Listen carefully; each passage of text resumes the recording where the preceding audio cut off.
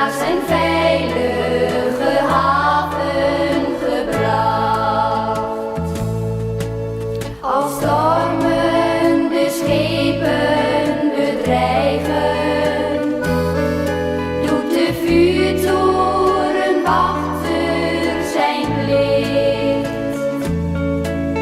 Te midden van nevel en duister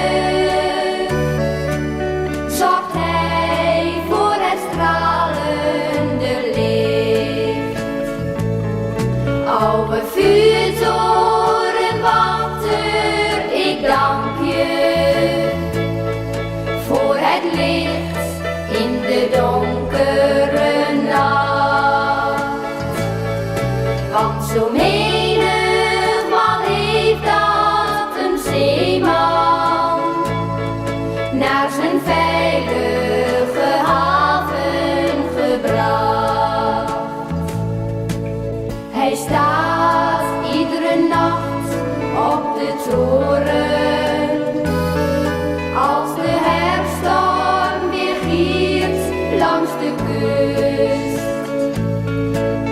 Zolang